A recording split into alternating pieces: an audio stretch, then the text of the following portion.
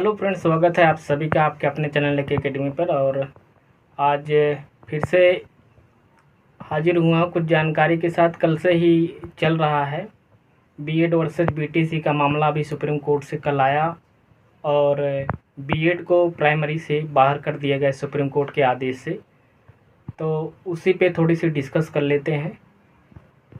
तो वीडियो बनाने का कोई मूड नहीं था, लेकिन फिर भी मैं सोचा एक बार ही डिस्कस कर लिया जाए। तो देखिए, इसमें बीएड वालों के जो छात्र हैं, कोई उनकी गलती नहीं है। कहीं न कहीं सरकार की गलत नीतियों और गलत पॉलिसी का शिकार हुए हैं।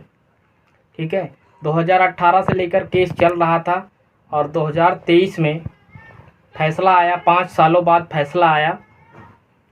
और भी सर, जो भी सुप्रीम कोर्ट था, उन्होंने कहा, सुप्रीम कोर्ट के जज, उन्होंने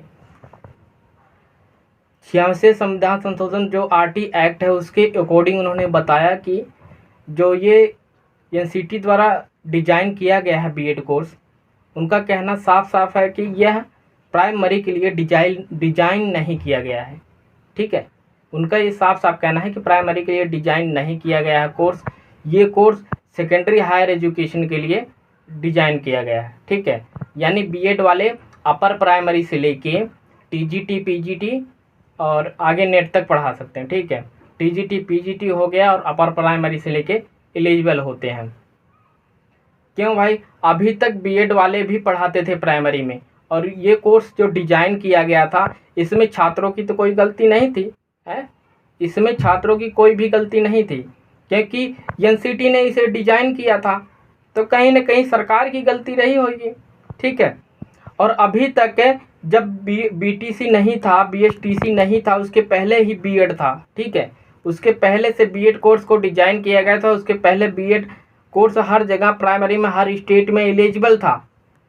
तो डिजाइन किया गया था।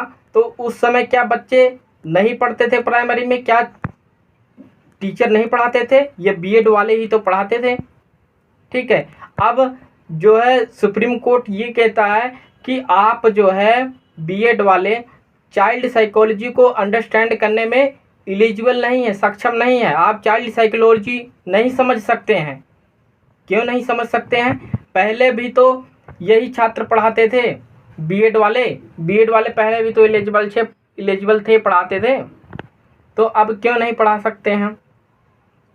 ठीक है, अगर नहीं पढ़ा सकते हैं, ठीक है, आपने जो भी गलतियां देखी वो एनसीटी के गजट में से मिलती हैं। कहीं ना कहीं एनसीटी की गलतियां हैं, उसमें सरकार की पॉलिसी में गलतियां हैं। ठीक है, तो उसमें छात्रों का तो कोई दोष नहीं है। उन्होंने सीटेट की तैयारी की, कोचिंग करी, ठीक है, फीस दिए और कितनी बारी परीक्षाएं दी। तो उसका जिम्मेदार कौन होगा? आज इनवैलिड कर दिया गया। ठीक है, हमें प्राइमरी से बाहर कर दिया गया। तो उसमें उनकी गलती क्या थी? आपने जो कोर्स डिजाइन किया, सभी छात्र उसका फीस भरे, 2 साल कोर्स किए, उसके बाद अलग अलग जगहों पर जाकर उन्होंने कोचिंग करी, तैयारी करी, वहाँ पर भी फीस दिए, और उसके बाद सुप्रीम कोर्ट का फैसला आता है कि आप 5 साल बाद फैसला आता है कि आप बीएड से बाहर हैं, आप प्राइमरी से बीएड बाहर हैं। अब तो इसमें कहीं छात्रों की कोई गलती नहीं है, कहीं न कहीं सरकार की गलत नीतियों का शिकार हुए हैं। ठीक है, तो सरकार से अनुरोध है, एनसीटी से अनुरोध है, ठीक है, कि नया अध्यादेश लाकर संसद में, ठीक है, नया अध्यादेश लाकर संसद में और बीएड को वैलिड किया जाए प्राइमरी में। बीएड को प्राइमरी में वैलिड किया जाए, क्योंकि हमारे पास अपॉर्चुनिटी हैं, ऐसी बात नहीं है। लेकिन जो प्राइमरी में जितनी वैकेंसी आती हैं, उतनी अपर प्राइमरी में वैकेंसी नहीं आती हैं। इसीलिए हर किसी की आस था, हर किसी की आशाएं थी, सबकी उम्मीदें थीं और टूट गई, क्योंकि प्राइमरी में पीआरटी में वैकेंसी ज़्यादा आती हैं और प्राइमरी में एलिजिबल नहीं रह गए। जिन्होंने बिहार बीपीएससी में फॉर्म भरा था प्राइमरी के लिए, अब वो इनवैलिड हो जाएंगे। ठीक है, और भी स्टेट में अब वैकेंसी आने वाली थी। चंडीगढ़ चंडीगढ़ में वैकेंसी आने वाली थी, अब उसमें भी एलिजिबल नहीं है पीआरटी में बच्चे। ठीक है, तो हमें विश्वास है न्यायपालिका पे कि न्यायपालिका जो भी फैसला सुनाएगी, ठीक है, जो भी फैसला देगी वो नियमों का उल्लंघन नहीं करेगी, क्योंकि न्यायपालिका संविधान से चलती है।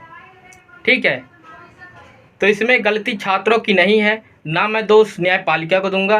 कहीं न कहीं सरकार की गलत नीतियां इसमें गड़बड़ करी हैं। ठीक है, आप सभी से अनुरोध है कि पैनिक ना हो। ठीक है, आप सभी लोग पैनिक ना हो और अपॉर्चुनिटी बहुत मिलेंगी, गलत कदम ना उठाएं, गलत सोचें नहीं। ठीक है, अपॉर्चुनिटी बहुत मिलेंगी, इसी से ही ज़िंदगी नहीं चलने वाली है। बहुत सारी रास्ते अभी भी हमारे लिए खुले हैं। ठीक है, अपर प्राइमरी भी है, हम टीजीटी भी हमारे लिए है, पीजीटी भी है। ठीक है, बीईओ उत्तर प्रदेश में होता है। ठीक है, ब्लॉक एजुकेशन के लिए होता है, उसमें भी आप ऑफिसर बन सकते हैं, तो उसके भी एग्ज़ाम के लिए आप तैयारी कर सकते हैं। एसएससी हर साल कराता है, उसके कंपटीशन में उतर जाइए। ठीक है, बहुत सारी अपॉर्चुनिटी हैं, यही ज़िंदगी ख़त्म नहीं होती।